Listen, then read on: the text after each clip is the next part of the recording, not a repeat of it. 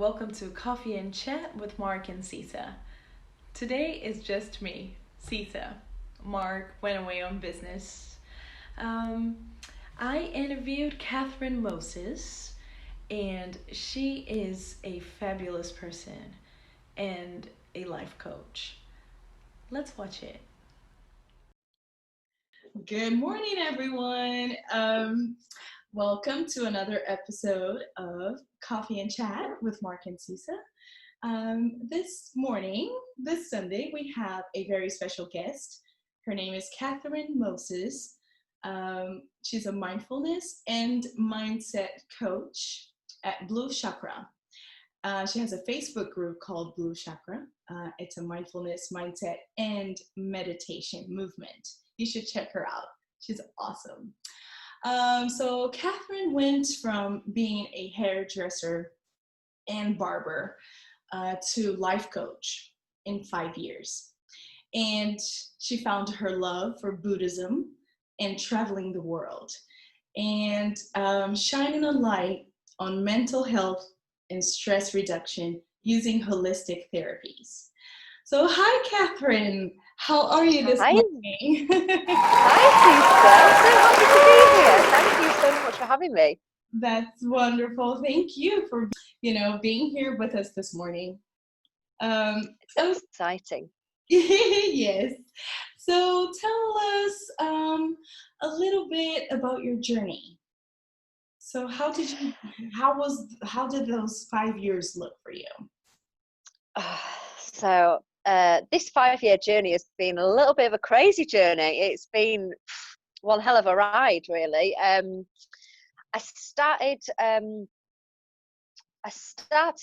originally started on this journey through the breakdown of my marriage, and unfortunately I suffered a mental breakdown, and I decided to embark on a little traveling journey, and I came across a mindfulness book, and decided to go traveling, to find myself, to reassess my life, really, and to find out who I was and where I wanted to go and what I wanted to do with my life. I'd been in an 8-year relationship, which was my whole of my 20s, really. So, by the time this relationship ended, I was 28, just about to turn 29. And it was actually a huge shock for me. I'd only been married 6 months, and I ended up, homeless, penniless. I have ill health, so I have fibromyalgia and psoriatic arthritis. So it was quite testing times, really. And unfortunately, my mental health suffered dramatically, and I was suffering suicidal thoughts, and was really poorly. And I came across a mindfulness book in a shop, and I started to read that mindfulness book. I started to put those practices into place, and then I had a conversation with my friend who lives in Australia, who gave me some amazing words of wisdom, which were, if you never jump, you're never going to know, Kath. What have you got to lose? You've basically lost your life, your home, your husband, your dog. I was having to work reduced hours due to my physical and mental health, because I have fibromyalgia as well. So it was all quite a testing time, really. And I embarked on a travelling journey, and I went travelling to Thailand and Australia for 6 weeks. And then I came back, and I just sort of started from there, really. And just started to share my journey on social media, on my Facebook page. And then I had a friend one day said to me, why don't you set up a group page? Because I was sharing lots of positivity quotes and stuff. And I set up my group page 2 years ago now, which is now my Blue Chakra page. And from that, I decided that I wanted to teach mindfulness and meditation to others with mental health, as it had really helped me. It not only helped me mentally, but also physically, for the fibromyalgia that I suffer. So yeah, that's sort of how I started, really.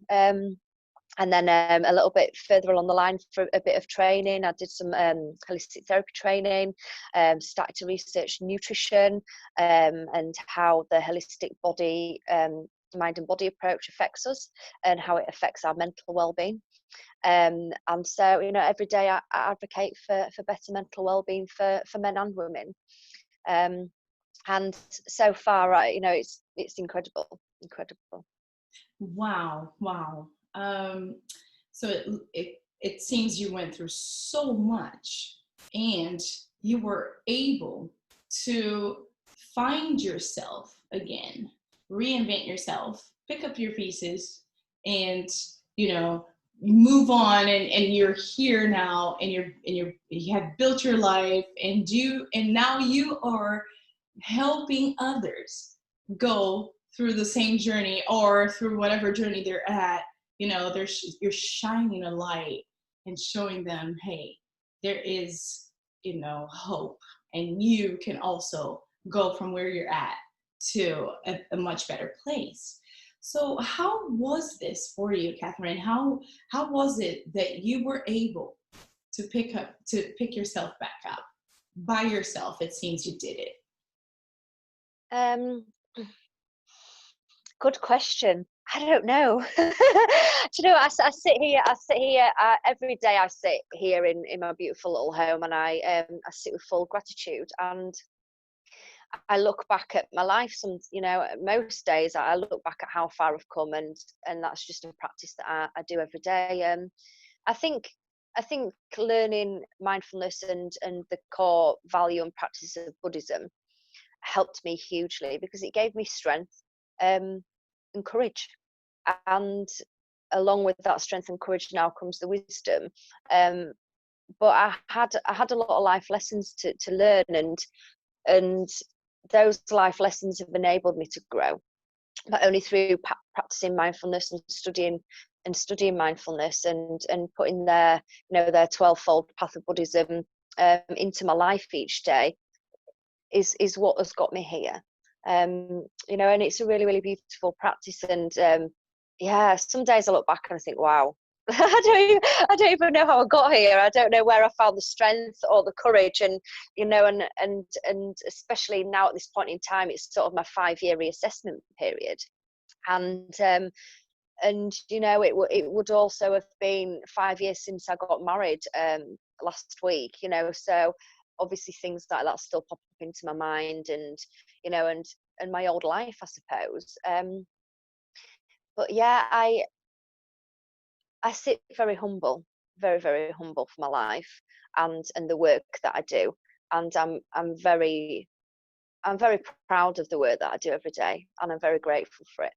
And I think as long as we go through our life with gratitude, then we can only ever see the good things in life, you know, and the hard times are there to teach us lessons and to give us that strength and that courage and that empowerment. And you know, I now am at peace with that part of my life.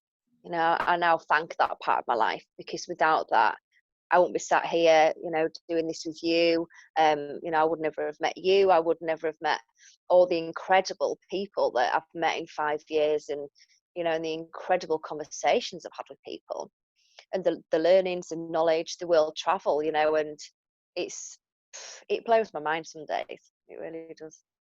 Right. Well, we're very thankful that you are here with us. It's incredible that you were able to overcome all that. So tell us, what was the mentality? What while you were sitting there and you weren't happy about anything, and you had suicidal thoughts, what was the mindset then? I've got nothing to lose. And only everything to gain, you know. And I think a lot of people who suffer anxiety and depression struggle with the fact and the concept sometimes that there are better things out there. We let it's called our monkey mind. We let our monkey mind go into overactive thoughts and replay the negative, because our mind wants to keep us safe. And when you're stuck in that circle, it is very, very hard to come out of, and it's very, very hard to deal with. And it was very, very hard for me to deal with that. I was fortunate. I had an amazing GP who gave me some amazing words, which were one day at a time and one step at a time, Kath. And I live by those words, and I share those words with everybody that I meet and my clients and everything. And I think her words, alongside my other friends' words, jump, Kath, otherwise you'll never know, were kind of the words that rung in my head of, you really haven't got anything to lose anymore. You've lost everything that you worked for. And unfortunately, it was quite an abusive relationship, and it ended up physically abusive towards the end. And so I'm quite a feisty person. And I lost my feist. I lost my feist in that relationship. I lost who I am sat here today. Who I am sat here today is who I've always been for a young age. I've always been quite feisty and quite, oh, come on, let's just go do this, whatever happens kind of thing. A bit of a, I've always been quite easygoing. And I lost that in that relationship.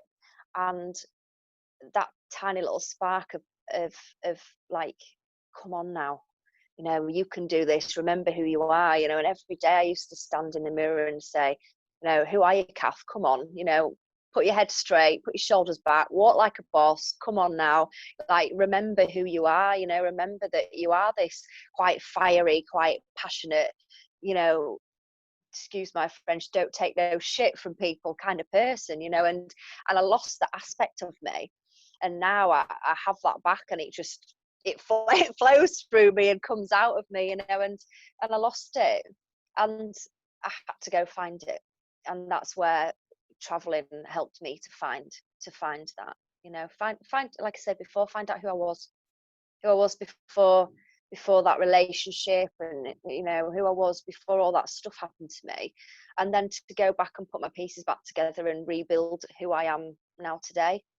And I am not the person who I was 5 years ago at all.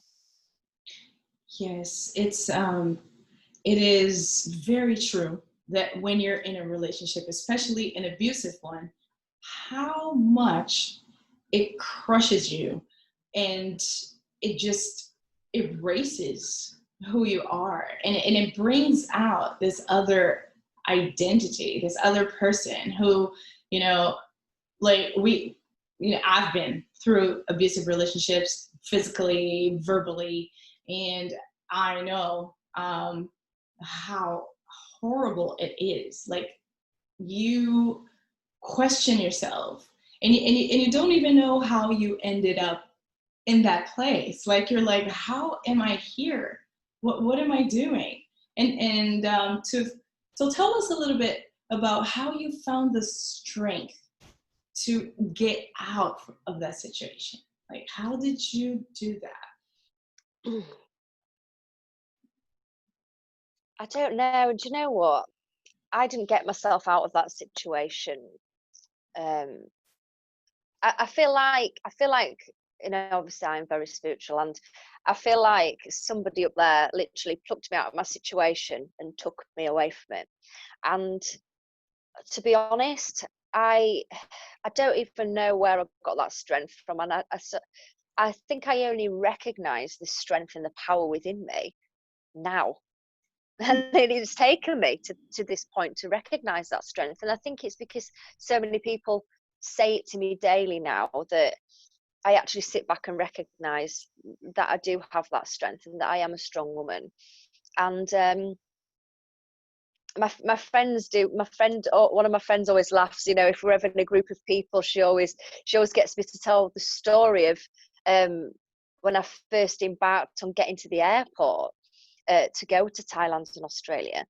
And I drove drove to Manchester. I was in this taxi with this taxi guy that didn't really talk to me that much, and I felt really awkward, and I was so scared, and I wasn't in my right mind either. You know, I was mentally ill. I was having a nervous breakdown. I wasn't on antidepressants. I had been given some, but they made me worse. They made me really, my thoughts were terrible.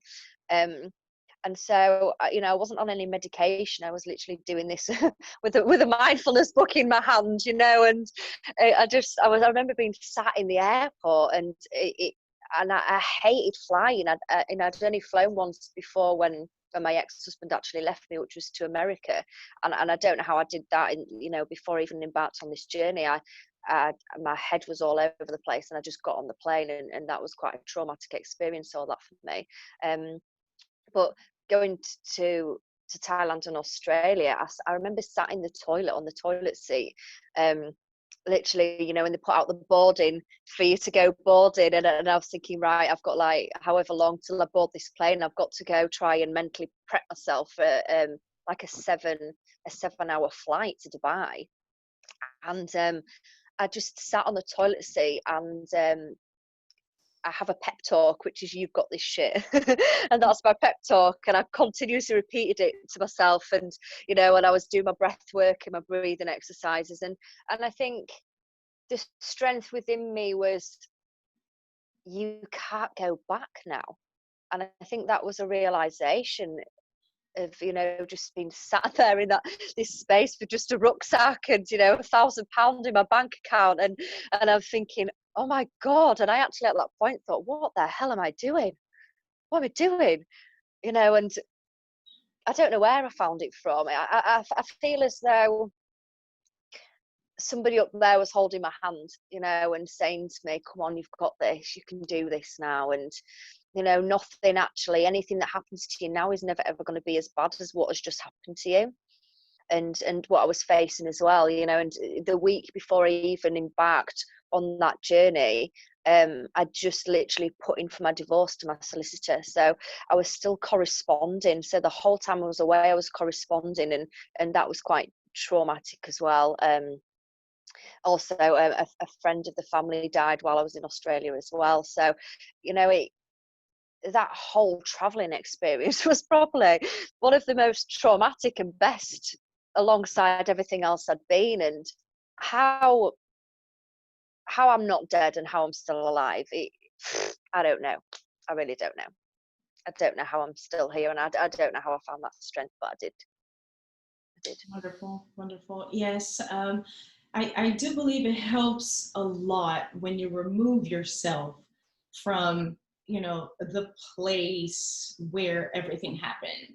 Obviously, you left the house, you left him, but you left the country, and you went in search of something else, you know, like different, everything different, you know, because it does help. It does do wonders if you're able to, you know, and especially in your case, you had very little money, but you still went. So if you are able to, it's a great thing to do. If you're not, then what would you suggest to someone who is in this situation, but they can't remove themselves from, you know, from the place where they were so hurt?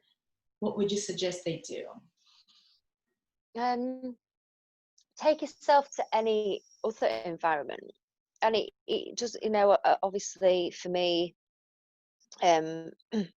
I was taken out of the environment and I was homeless anyway, so I didn't really have a choice, you know, staying with friends and family and things. But if there is anybody out there who is watching this and who is in a similar circumstance, or who has been, you know, changing your environment is huge. And even if that environmental change is literally a day at the seaside, or a day at a friend's house that maybe lives far away, you know, in another city from you, or another town, or just going and having a place where you can find clarity, and a place where you can just be with yourself without the background noise of other people and other people's opinions of, you know, what you should be doing and what you should be saying, and all the rest of it that we get, you know. And, you know, definitely environmental change is huge. And you know, I walk a lot, and I started to walk a lot and take myself out to greener areas. I'm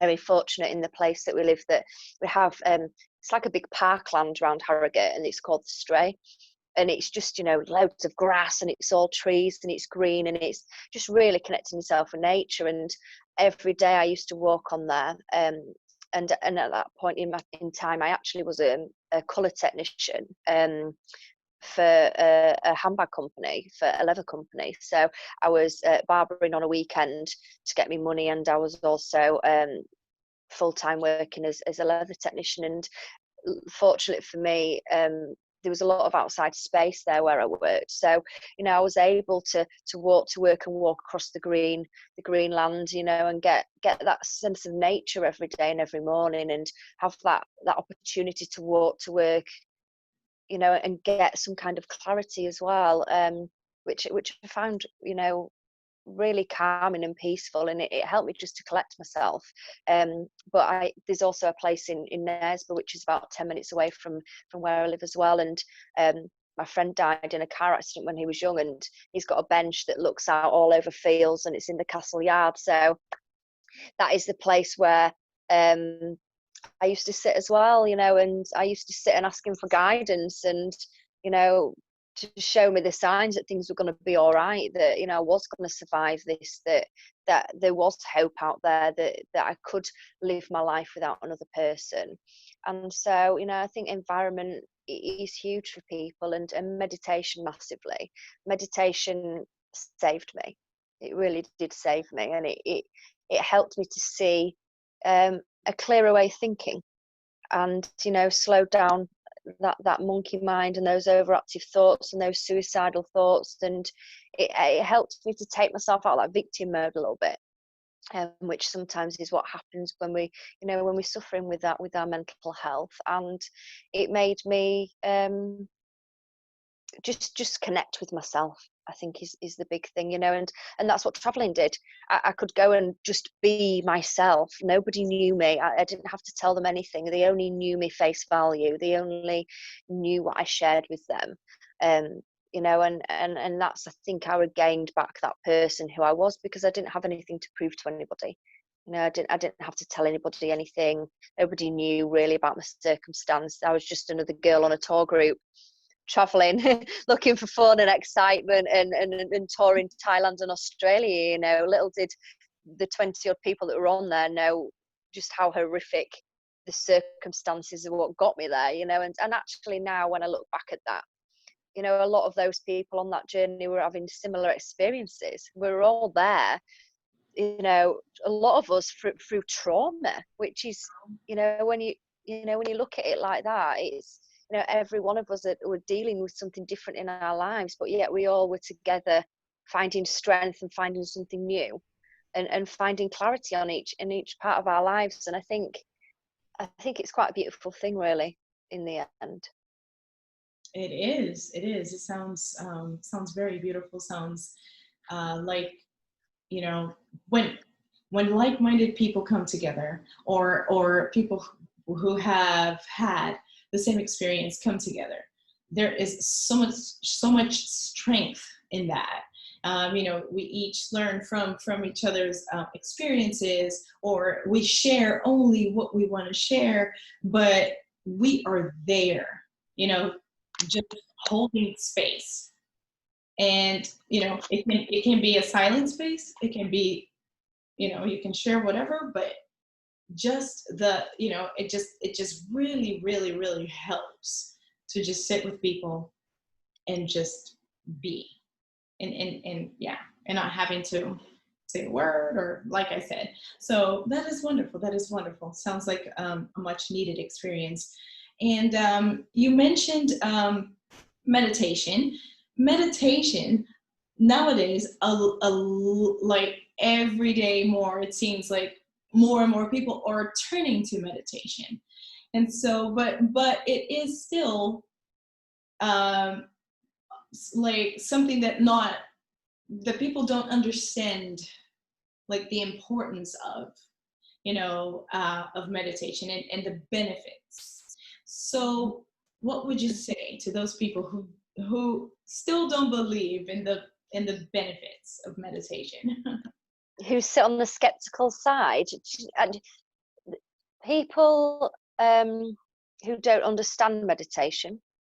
It's not actually because they don't understand meditation, it's because people have never explained to them what meditation actually is. I think it gets thrown around as being a bit of a woo-woo thing, and it's a bit of this spiritual thing. And you know, when I set up this business and started doing this, I suffered a lot of criticism from people, from my own family as well, you know, and because it was such a dramatic change to what I'd been like in my life.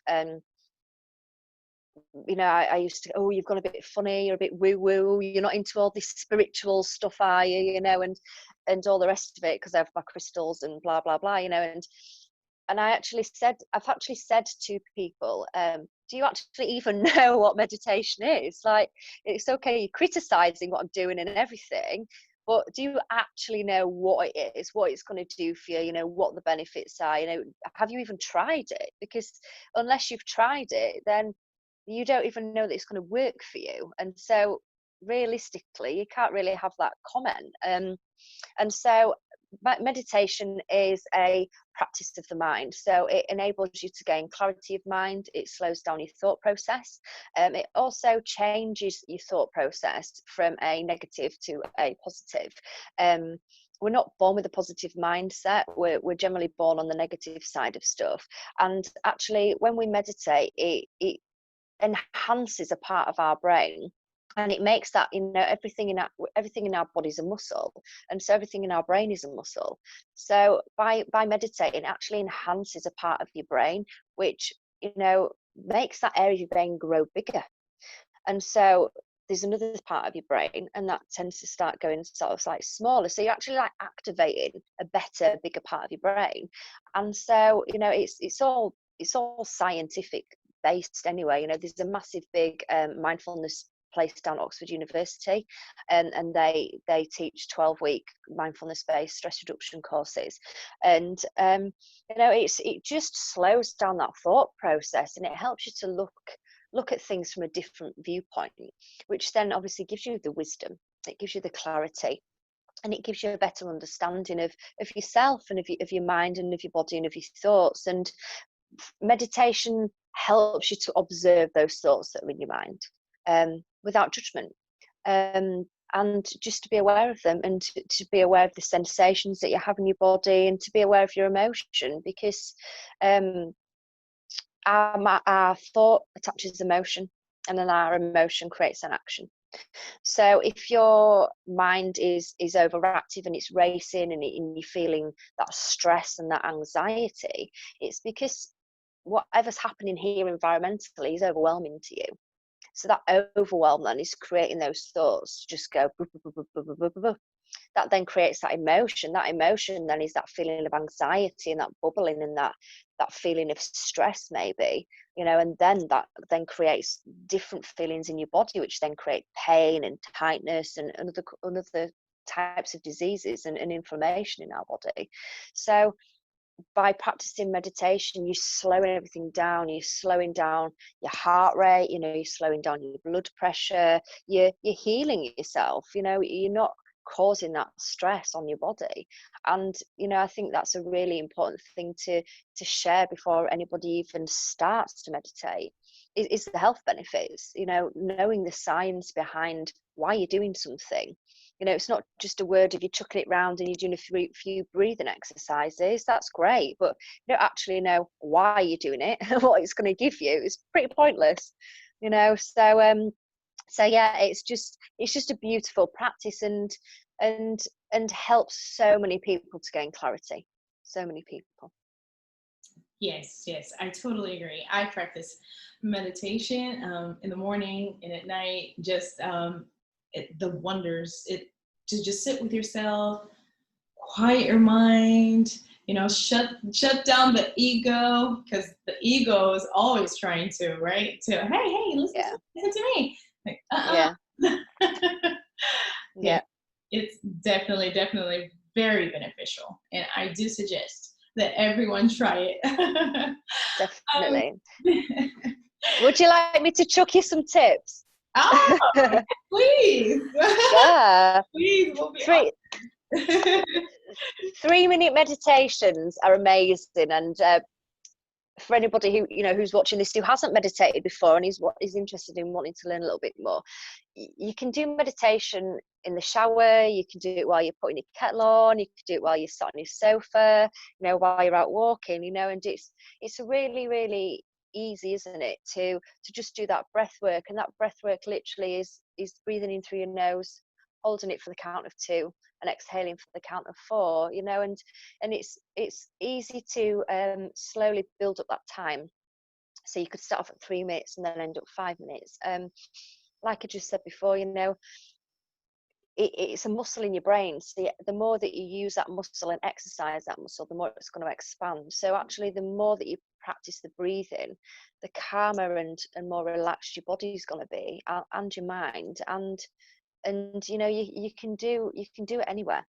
These walking meditations, you know, walking meditations are just being aware of your feet hitting the floor and how your body's feeling right there in that moment. I do mine in the shower on a morning, so I do my breathing on a morning, and I'll actually listen to a Deepak Chopra meditation. Here at the minute, there's a 21-day mindfulness challenge going around, so if anybody is interested in that, click onto YouTube and look up his 21-day mindfulness challenge, and that has been great for changing the way I think and feel again. You know, it's a continuous learning with meditation. It's learning all the social conditioning that we've had in our lives from us being born, and actually unleashing everything that anybody's ever said or done or made us feel, and getting rid of that and taking us back to our purest form, like, you know, like when you're born and you're a baby.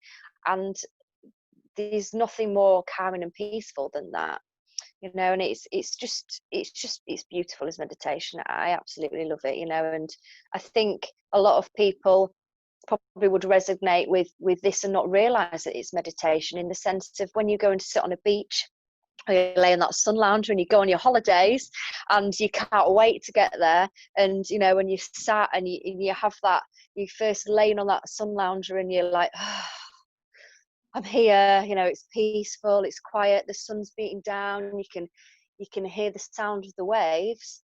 That actually is meditation, you know. And the people they're not aware that that is actually what it is, and that is it. It's pretty basic. It's nothing really woo woo. It's nothing crazy, you know. Haven't gone mad. It's just sitting, being with yourself. Wonderful. Thank you so much for that.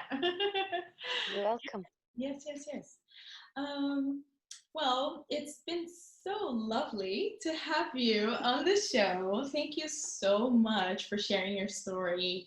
Thank you for shining a light on, you know, mental illness and abusive relationship, and how, you know, you don't have to stay in that situation. You can come out of it and you know, find the strength in you and move on and keep going. I mean, build yourself a life and know who you are. Get to know who you are. And yes, so thank you so much, Catherine. You're very welcome. Thank you. I hope everybody has a great day, and thank you for joining us. Thanks. See you later. Bye. Bye. And we're back. Isn't she wonderful? Thank you, Catherine, again. So if you are also in a bad situation, and if you're not happy with your career, if you aren't happy with how things are going in your life at the moment, take some time for yourself. Just try and clear your mind. Excuse me.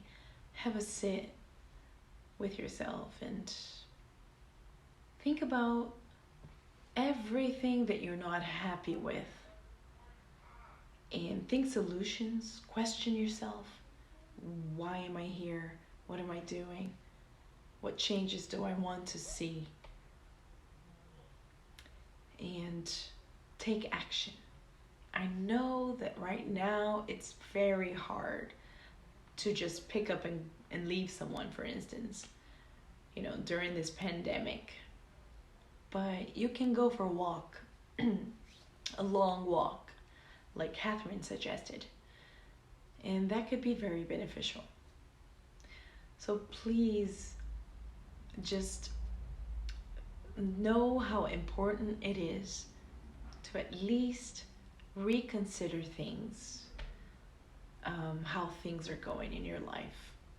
And if you want to change and you don't have the strength to do it on your own, then seek help. There are so many coaches out there that could help you, therapists, a friend, anyone. Know that you're not alone. Thank you for tuning in, and we'll see you next weekend.